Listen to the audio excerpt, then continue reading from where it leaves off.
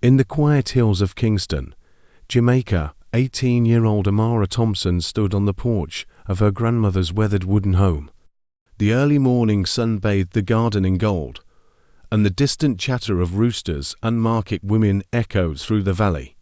She clutched a suitcase with a broken zipper, patched together with yarn, and a passport that held more hope than stamps. Her mother, Yvonne, adjusted the collar of Amara's borrowed coat, eyes glassy and swollen from a sleepless night. The air was colder than Amara had imagined. Heathrow Airport was a symphony of voices, languages, beeping carts, and moving people. She clutched the straps of her backpack tightly, the stale warmth of airplane breath still on her tongue. She felt the buzz of the UK, her bones efficient, unfriendly, impossibly fast. With trembling fingers, she pulled out the slip of paper on which she'd written the directions to Birmingham. The staff at the airport were helpful, but brisk. No one had time to talk. She followed the signs for the train to the city, dragging her suitcase behind her. It lost a wheel halfway down the platform, but she kept walking. Her first glimpse of London was not Big Ben or Tower Bridge, but rows of grey buildings, graffiti on underpasses, and weary commuters in black coats and earphones. She pressed her face against the window, watching England roll by damp fields, factories, strange villages that blurred into one another. 3 hours later, Birmingham rose in the distance. It was more industrial than she'd expected, with red brick buildings, street litter, and the smell of oil and takeaway shops. At New Street Station, she stepped into the cold, gripping her coat tightly. She fumbled with the directions to her accommodation. A kind old man pointed her toward the bus stop. "You're not from round here, love?" he asked with a smile. Amara offered a timid smile. "No, sir. I just arrived. I'm a student," he chuckled. "You'll get used to the cold, eventually." She thanked him and boarded the double-decker bus, marveling at the automated voice announcing stops. Everything felt sterile, polite, but indifferent. In Jamaica, strangers said good morning. Here, no one met your eyes. Her student housing was tucked behind a library, a dull grey building surrounded by concrete.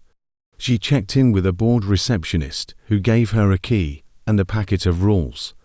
Her room was on the second floor, a cramped space with a tiny bed, metal desk, and a flickering overhead light. Her roommate, Ying, was already there, silent, studious, her desk cluttered with chemistry books. She nodded politely when Amara introduced herself, then returned to her screen. Amara sat on her own bed, staring at the walls that smelled faintly of mildew and dust. She wanted to cry, but she didn't. She unpacked her few belongings, a Bible, a tin of crackers, 2 dresses, and a photograph of her and her mother smiling at the beach. Her course in social policy was full of confident voices and casual debates. She raised her hand timidly, but wasn't called on. Lunchtime was the hardest. She sat alone at a table, her lunch a single banana and a water bottle. Around her, students laughed and chatted. Groups formed effortlessly. She wondered if she would ever belong. In the evening, she called her mother from a Wi-Fi hotspot. "Hello, Mama." Yvonne's voice cracked. "Amara, thank God. How is it? You warm? You eaten?" Amara lied. "Yes, Mama. The room's nice. Classes are good. I'm learning a lot." "You sure?" "I'm sure." Yvonne didn't press. "Just remember, baby girl, you not alone. God is with you. You hear me? We watching from home, cheering you on." Amara hung up and wiped away tears. That night, she cooked rice in a shared kitchen with 4 strangers who didn't speak to her. She read her textbooks late into the night, struggling to focus through jet lag and fear. The next week, her funds began to run low. The grant she'd received only covered tuition. Groceries were expensive. She bought eggs, bread, and beans and made them last. She wore the same jeans every day, and when the rent reminder came in, her heart sank. She opened a student job site and found an advert. Caregiver needed for elderly woman. Night shifts. Living option available. Good pay. Her heart pounded. It would be exhausting. But she had no choice. She applied. 2 days later, she received a call. The woman's son, a sharp-voiced accountant, asked, "Are you strong? Can you handle dementia patients?" Amara said yes. She didn't mention she'd never done it before. He gave her the address. "Start this Friday. 9 p.m. Don't be late." She stared at the phone. Friday was her only free evening. She whispered to herself, "We survive." And so began a double life that would stretch her to the limit, student by day, caregiver by night. Alone in a foreign land, Amara had crossed oceans for a better future, but the fog was just beginning to roll in. The winter had deepened, and with it, so had Amara's fatigue. The cold seeped through the thin walls of her cramped student accommodation in East London. And though she had bought a second-hand heater from a Somali shopkeeper down the road, it buzzed more than it warmed. The fluorescent light above flickered inconsistently, casting long, twitching shadows over her coursework, which had piled up in the corner of the room, accusing monuments of everything she was too tired to face. Amara sat hunched over her laptop at the small wooden table, eyes half closed, rereading the same paragraph for the 4th time. The words blurred into one another, a thick fog in her mind. She had returned from her overnight shift at St. Margaret's residential care home only 2 hours ago. An elderly patient had soiled herself, and Amara spent nearly an hour coaxing the woman into the shower, only to have the old lady cry and call her a brown devil as the water ran cold. It wasn't the first racial insult Amara had heard since she started working there. Most of the time, she ignored it. The supervisor, Maureen, had patted her back during orientation and said, "You'll get used to the old ones. They don't mean it, just a product of their time." But it didn't sting any less. She was 21, and she was exhausted. Her stomach growled. She hadn't eaten since the small bowl of rice and beans she'd packed before her shift. She reached for the half loaf of bread on the counter. Mold speckled the edges. She tore off a clean-looking piece and chewed slowly, forcing her mind to focus on her assignment: cultural implications of colonial jurisprudence in post-independence Caribbean states. The irony made her want to laugh. She was analyzing the lasting legacies of British rule while barely holding her life together in the heart of London. The knock on her door was soft. It came again, 3 quick taps. "Yeah," she croaked. "Amara, it's me, Kieran." She stood, legs trembling slightly. She opened the door to reveal Kieran, a fellow international student from India. His face was laced with concern. "I brought some paratha and dal," he said. "You didn't show up to the morning lecture again." Professor Langford was mad. Amara took the food gratefully, almost in tears. "Thanks, Kieran, I owe you." "You owe me nothing," he said gently, "but you need to talk to someone. You're missing a lot, and the semester's midpoint assessments are coming. If you fail—" "I know," she said, cutting him off. He hesitated before adding, "You might lose your visa." Her heart dropped. The tier for student visa required satisfactory academic progress. She had already received 1 warning from the university's international office. She nodded, thanked him again, and closed the door. That night, Amara didn't sleep. She downed the paratha with trembling hands and sat staring at the wall. The next day, she forced herself to attend her constitutional law lecture. She was 30 minutes late, her cheeks red from the cold and shame. Professor Langford paused his lecture mid-sentence and stared at her. "Miss Desire," he said, voice sharp, "you're late, again." "I'm sorry, sir," she murmured. "You can be sorry outside. You're disrupting the class." The students turned to look. Amara froze, then quietly turned and walked out. Her chest was tight. She held back tears until she reached the empty hallway. She sat on a bench for what felt like hours, her heart beat in her ears. She thought of her mother, who had sold the farmland and rented out the old family house in St. George's to fund her first year abroad. Her mother had cried when she packed, pressing a Bible into Amara's suitcase and whispering, "Make us proud, baby, make it count." She called her that night. It was evening in London, morning in Grenada. "Mamong," she said, her voice cracking. Her mother's voice was soft. "How are you, my angel?" "I'm tired," Amara whispered. There was a pause. "Tired of what, baby?" "Everything. School, work, being cold, being invisible." "They don't see me, Mamong, not really. They just see some poor black girl from the islands who doesn't belong." Her mother sighed. "You do belong. You belong because your ancestors survived worse to get you here. You belong because I gave up everything so that you could write your story, not let them write it for you." Amara broke down into tears, and her mother waited.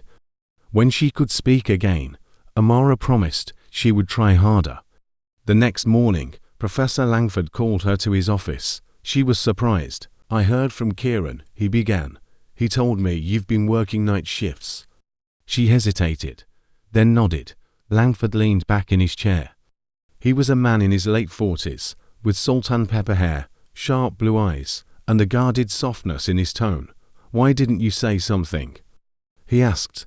"I didn't think it mattered." "It does," he said, after a beat. "This isn't a charity, Miss Desire, but I'm not blind either. You're brilliant when you're present. Your first 2 essays were exceptional. But you're disappearing." She looked at her hands. "I'm just trying to survive." There was a pause. Then, gently, he asked, "Do you have enough to eat?" She flinched. "Barely," she admitted. Langford exhaled, rubbed his temples, and then stood. "Come to class. Sit at the front. I'll send you some reading materials early so you can keep up when you miss a session. But this isn't a permanent fix. If things don't improve, the faculty board will intervene." Amara nodded, grateful, but wary. As she stood to leave, Langford added, "And Miss Desire, don't ever think you're invisible. Some of us see you, some of us care." It was the first time in months she had heard someone say that to her, but caring wasn't always enough.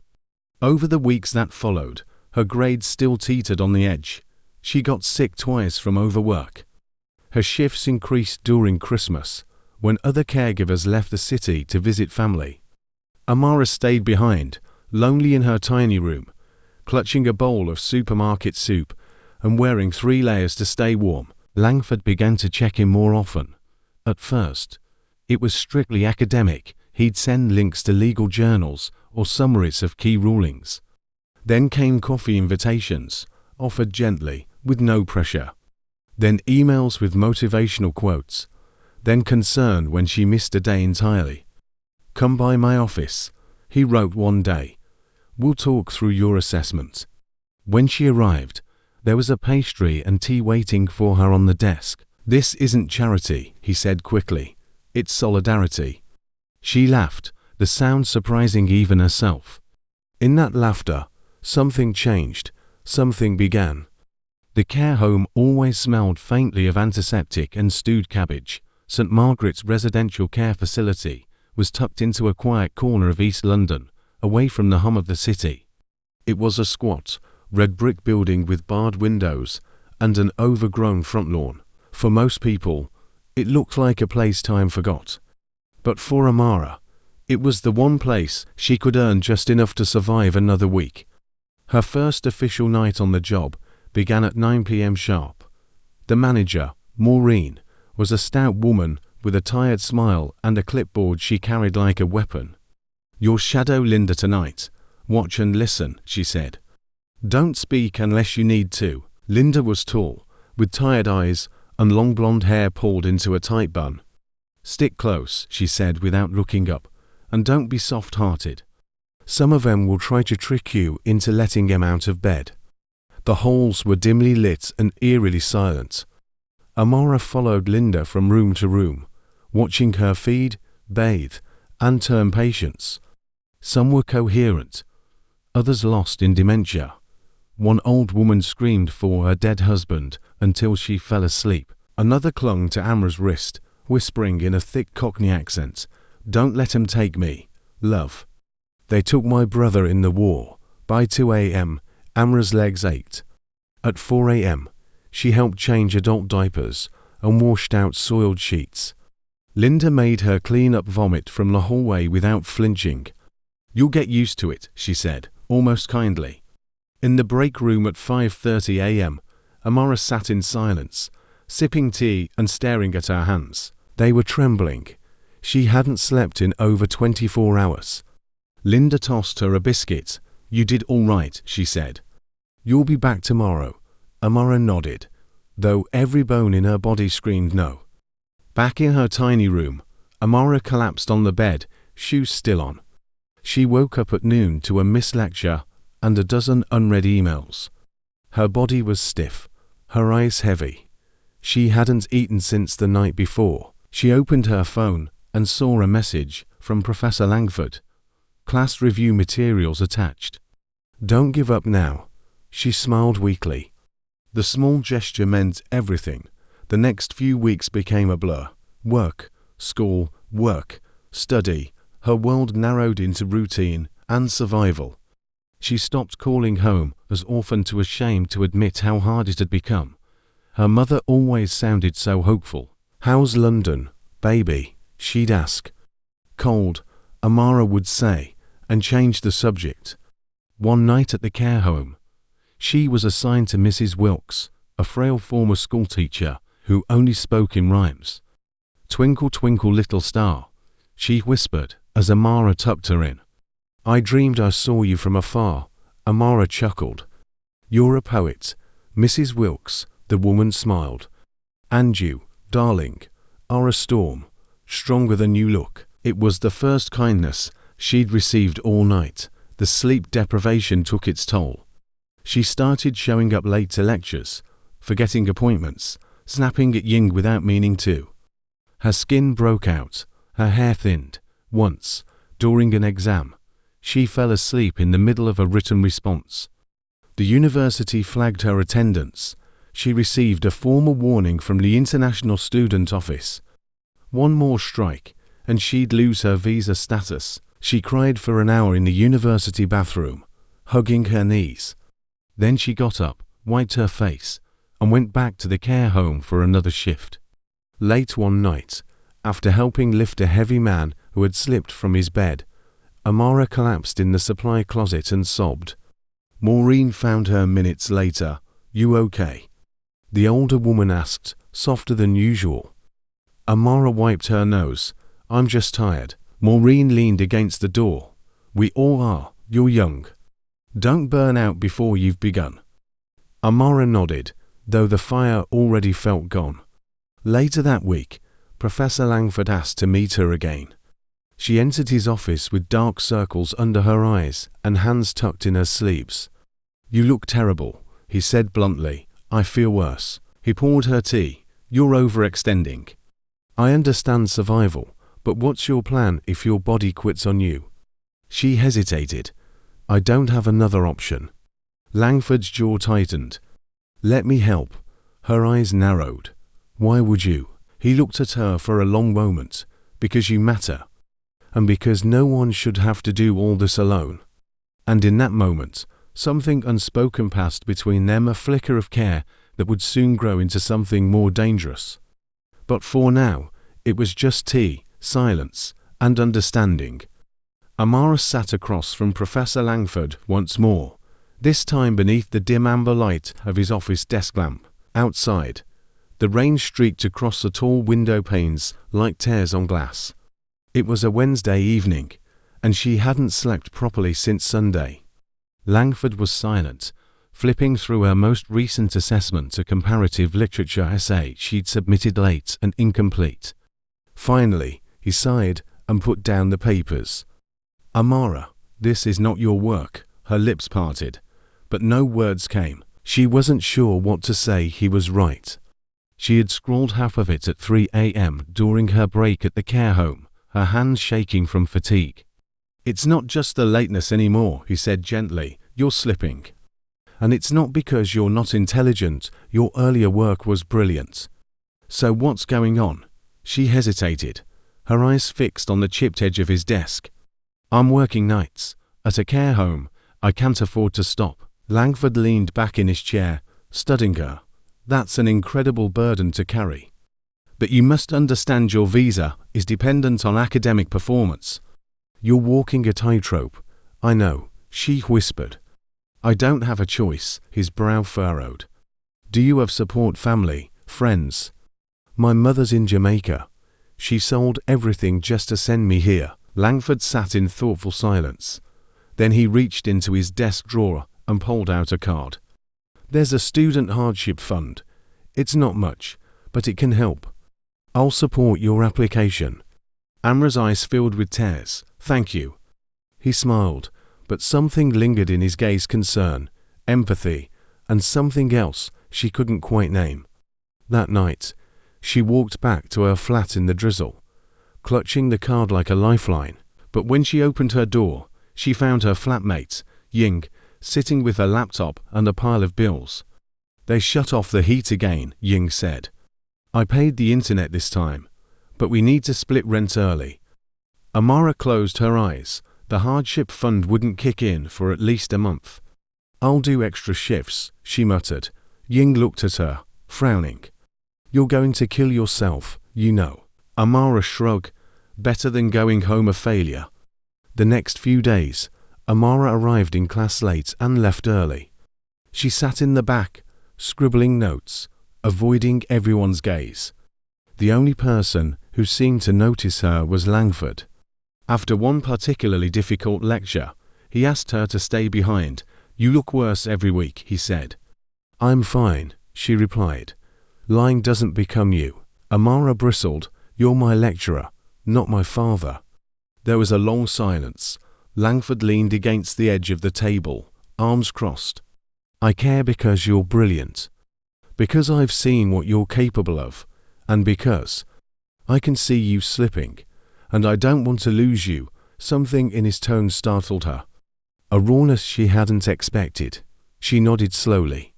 I don't want to be lost either. One evening, Langford invited her to attend a lecture screening in Q&A for graduate students. It's informal, he promised. There's free food. Amara agreed, more out of hunger than academic interest. The event was small, held in a nearby auditorium. She wore a simple navy dress and a borrowed coat. She listened intently, asking questions during the discussion that earned admiring looks from other faculty. Langford smiled at her proudly. Afterward, they stood outside beneath the glow of streetlights, the cold air misting their breath. You're different when you're like this, he said softly. Present, awake, because I feel seen, she replied. For once, I'm not invisible. He looked at her, then not as a student, but as a woman. And something unspoken stretched taut between them. I should go, she said, her voice trembling slightly. He nodded. Of course. Let me walk you to the station. They walked side by side in silence. When they reached the platform, she turned to thank him. His hand brushed hers. Neither of them pulled away. The next morning, Amara stared at her reflection in the bathroom mirror. Her cheeks were flushed, and her chest ached with something that wasn't entirely guilt, nor entirely joy. Ying knocked on the door. You okay? I think I've crossed a line, Amara whispered. A dangerous one, she nodded, but it felt safe. For the first time in months, it felt safe. Langford didn't bring it up. In class, he remained professional. But his eyes always lingered just a second too long. His smiles were more personal. He called her by her first name, and Amara. She stopped feeling invisible, but cracks had started to form in the mask they both wore. And the deeper they slipped into something unspoken, the harder it would be to pretend nothing was happening at all. The line between propriety and something more personal had blurred, though neither Amara nor Langford dared name it. Days passed with formal lectures and dry discussions of post-colonial texts, but beneath their exchanges lay a tension felt, but never spoken. Amara started skipping her breaks at the care home just to attend classes on time, terrified of giving Langford another reason to confront her. But in doing so, her exhaustion deepened. By the second week of February, Her cheeks were hollow, her movements sluggish. After class one day, Langford found her curled up in the back row, asleep with a notebook clutched to her chest. Students filtered out around her, barely noticing. He watched her for a moment, then gently tapped her shoulder. "Amara," he said softly. She jolted awake, blinking as if surfacing from a dream. "Sorry, did class end?" "It did. You looked like you hadn't slept in days." "I haven't." She pulled her coat tight around her. He hesitated, then said, "Can I buy you a coffee?" She should have said no. But she was cold, and she didn't want to go back to the silent, freezing flat. "Okay." They sat in a quiet corner of a campus cafe. Amara stirred her tea absent-mindedly while Langford watched her with an unreadable expression. "I've seen students crash before," he said. "Bright ones, overworked, lost. I don't want that for you." "You said that before," she murmured. "I meant it." He hesitated. "Tell me something, Amara. If the burden of survival was lifted, what would you do?" She blinked. "Write, maybe teach. I want to build something. Something that helps girls like me." "You'd be good at it," he said quietly. There was a long silence. Then she said, "What about you?" He looked surprised. "Me? If you weren't stuck being the difficult British lecturer." He chuckled. "I'd probably disappear into a cabin somewhere in Cornwall and write long, rambling essays. No one would read." She laughed, a soft sound that warmed the space between them. It was the first time in weeks she felt something close to ease. Later that night, she got a text from him, just a quote. "To be seen is the most revolutionary act of all." No name, no context, but she knew exactly what it meant. The next week, the inevitable happened. It was late after class. The corridor was empty, echoing with their footsteps. Langford handed her a marked paper. "You've bounced back. This was excellent." "Because you believed in me," she said. He shook his head. "Because you're capable." She took a step closer. "You don't treat me like a burden." "You're not one." The air felt thick between them. She looked up, and in a moment too fleeting to stop, she leaned in. He didn't move away. Their kiss was quiet, tentative. When they pulled back, Amara's chest heaved. "I shouldn't have done that." Langford's face was unreadable. "No, I shouldn't have allowed it." They stood in silence, hearts thundering. Then he stepped back. This complicates everything." She nodded, tears threatening. "I know." But even as she walked away, she didn't regret it. Over the next days, things changed. They avoided each other in public, barely making eye contact in class. But he sent her articles he thought she'd like. She replied with thoughtful responses. They shared quiet, intellectual intimacy in a world where they weren't supposed to. One evening, she arrived at his office door holding a book he'd lent her. "I finished it." He opened the door wider. "Come in." They talked 4 hours. Literature, identity, Jamaica, empire, England, sacrifice. Eventually, their hands found each other again. This time, neither pulled away. That night, she stayed. When dawn painted the sky pale grey, Amara sat by his window wrapped in one of his blankets. He slept on the couch. They hadn't crossed that line yet. But their connection now felt irreversible. She looked around at the bookshelves, the wooden furniture, the print of Orwell's face framed above his desk. This was his world, orderly, British, intellectual. And hers was fractured, immigrant, messy. Could they ever truly meet in the middle? The days stretched on like a slow march through time. For Amara, it was as if the world had put a glass wall between her and everyone else. She moved through her classes, her shifts at the care home, and her tiny flat, but everything felt distant, muffled, as if she were watching life from a place too far to reach. She had tried to push Langford from her mind, focusing instead on her studies, on surviving. Her textbooks, her essays, her lectures, they became her refuge. But no matter how hard she tried, her thoughts always found their way back to him. His words, his touch, the look in his eyes that had made her feel seen in a way no one had before. And yet, as much as she yearned for him, she knew they were worlds apart. Her life had never been simple. It had never been just about books and exams. It was about survival, sacrifice, and the weight of expectations. She had come to the UK to make something of herself, to build a future for herself and her mother, to escape the poverty that had defined her entire life, and Langford.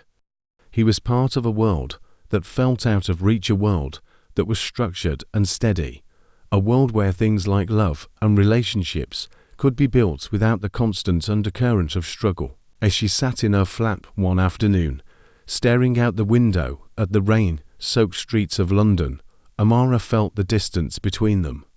It wasn't just the geographical miles that separated her from Jamaica. It was the cultural divide, the class divide, the history that hung between them like a heavy curtain neither of them could draw aside. She hadn't seen Langford 4 days, not since their conversation in his office. He had kept his distance, and so had she. He had said they should let things be, see where things went. But she couldn't shake the feeling that he was trying to protect her from himself, from the complexity of their connection. That evening, after a grueling shift at the care home, Amara found herself walking home in the rain, her coat pulled tightly around her. Her thoughts were scattered, tired, and consumed with the familiar worrying. How would she make rent this month? Could she make it through another semester? Her exhaustion weighed heavily on her shoulders. When she reached her flat, she found Ying sitting on the couch, staring at the TV. It was late, but her flatmate had already finished her coursework for the week and was relaxing. "Hey," Ying said, noticing Amara's sullen expression. "Rough day." Amara nodded, kicking off her shoes. She didn't feel like talking, but the weight of everything was beginning to crush her. I don't know anymore.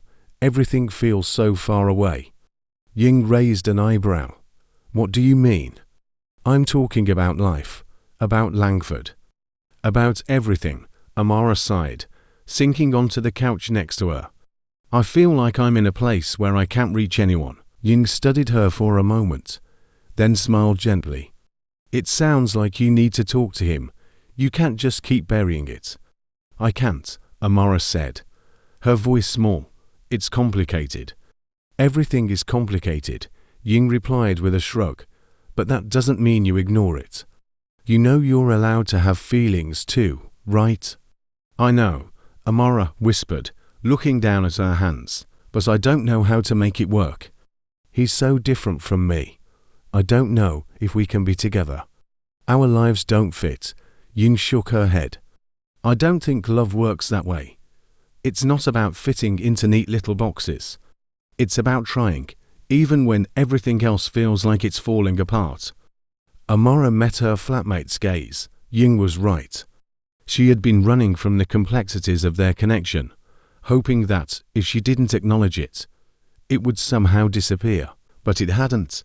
It had only grown stronger, more tangled, and now there was no escaping it. The next day, Amara found herself standing in front of Langford's office again, her heart pounding in her chest. She had no plan, no idea what she was going to say. But she knew she couldn't keep avoiding him. Not anymore. She knocked softly. "Come in." His voice still had that familiar tone, but it was colder, more distant than before. She stepped inside, and his eyes flickered up from his papers. For a moment, neither of them spoke. "I needed to talk to you," Amara said, her voice trembling slightly. Langford raised an eyebrow, leaning back in his chair. "What's on your mind?" She hesitated, trying to find the right words. "I can't keep pretending like nothing happened between us. I've been running from it, but I don't want to anymore. I don't want to keep this distance between us." Langford's expression softened, though there was still a hint of caution in his eyes. "Amara, you don't have to apologize. I don't want you to feel like you have to do this for me." "It's not for you," she said quickly. "It's for me. I've been hiding from everything, my feelings, my future, even you. And it's not right.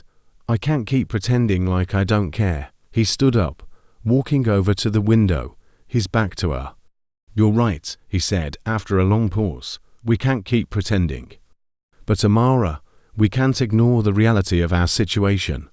The cultural differences, the pressures we're both under.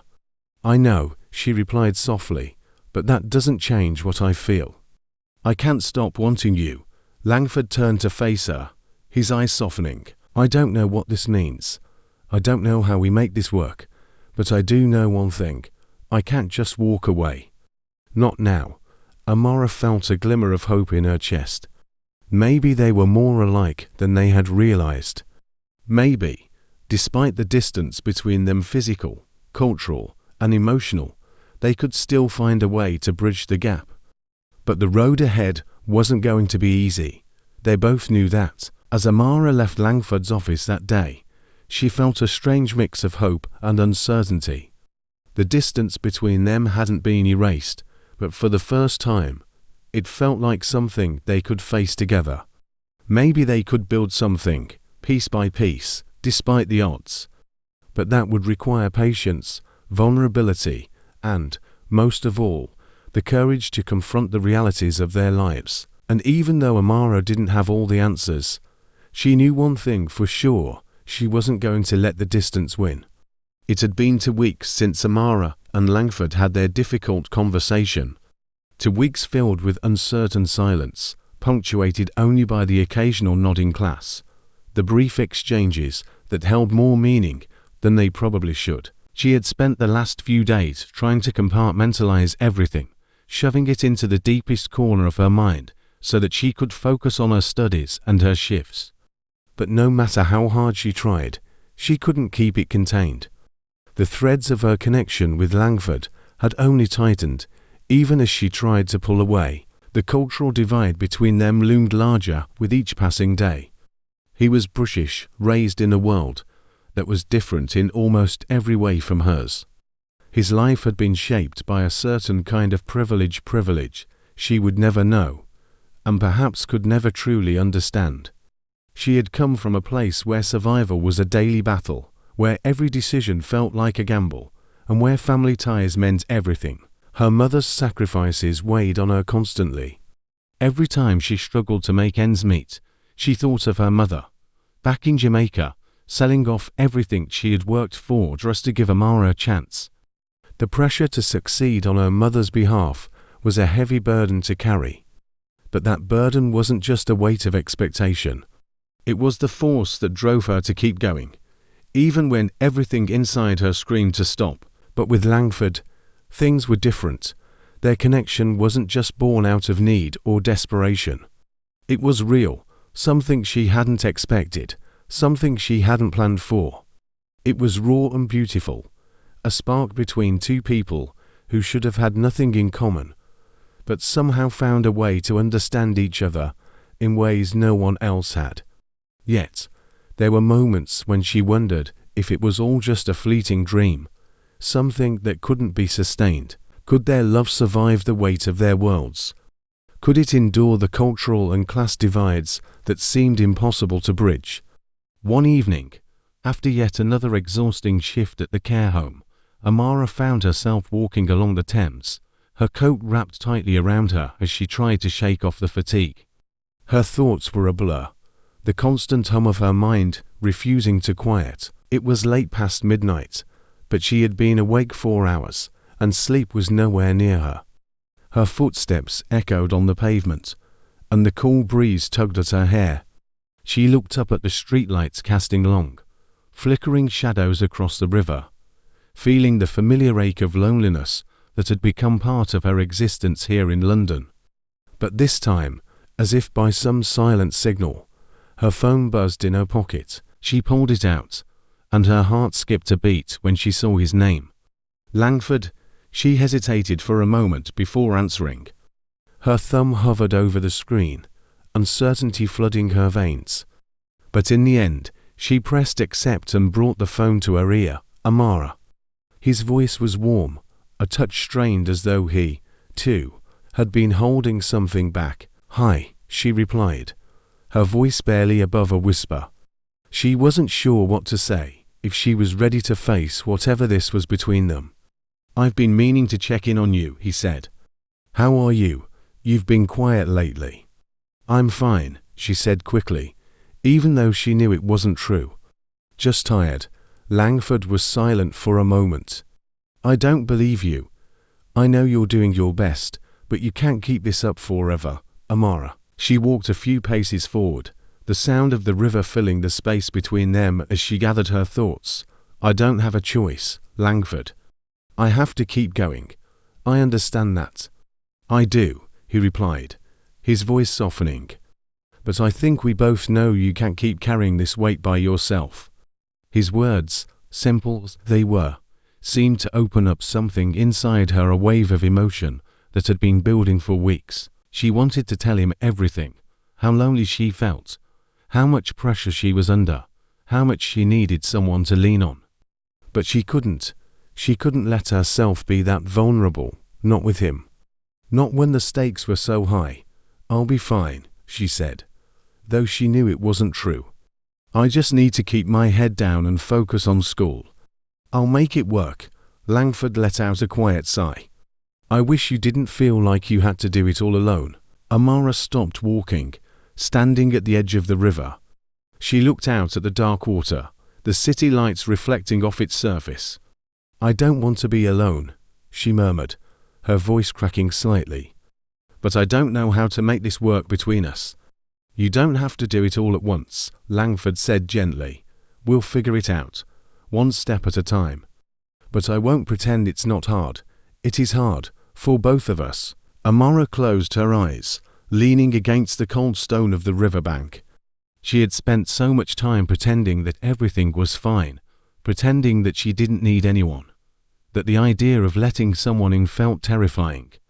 But as Langford's words lingered in the air, something shifted. Maybe it wasn't about having all the answers, or making everything perfect. Maybe it was about being willing to try, despite the difficulties, despite the distance. Maybe it was about allowing herself to trust him, to trust that they could find a way to navigate their differences together. "I don't want to let you go," she whispered. Langford's voice was low, filled with the same emotion. "I don't want you to, either." The conversation continued for another hour, filled with words that were both tender and hesitant. They talked about their fears, their hopes, and everything in between. It wasn't a solution, but it was a step forward, a promise that they weren't ready to give up on each other just yet. When Amara finally ended the call, she stood there for a long while, staring at the river. Her heart was full, but the ache of uncertainty still lingered.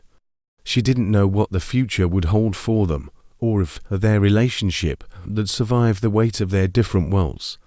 But for the first time in a long while, she felt something she hadn't felt in months: hope. The next few days were a blur. Amara still struggled to balance her coursework, her job, and the emotional turmoil that seemed to follow her everywhere. But despite the pressure, she found herself feeling lighter, more centered. Langford had given her something she hadn't known she needed: the reassurance that, even in the chaos, there was a possibility of something more. But that didn't mean the challenges disappeared, far from it. In conclusion, the divide between their cultures, their lives, and their expectations was still very much there. And Amara knew that for every step forward they took, there would be 2 more challenges waiting for them. Still, she was determined to try, to fight for what they had, whatever it was, whatever it could become. If this story touched your heart, subscribe to the channel, leave a like and share this with someone who believes that interracial love, resilience, and ambition comes with a price tag.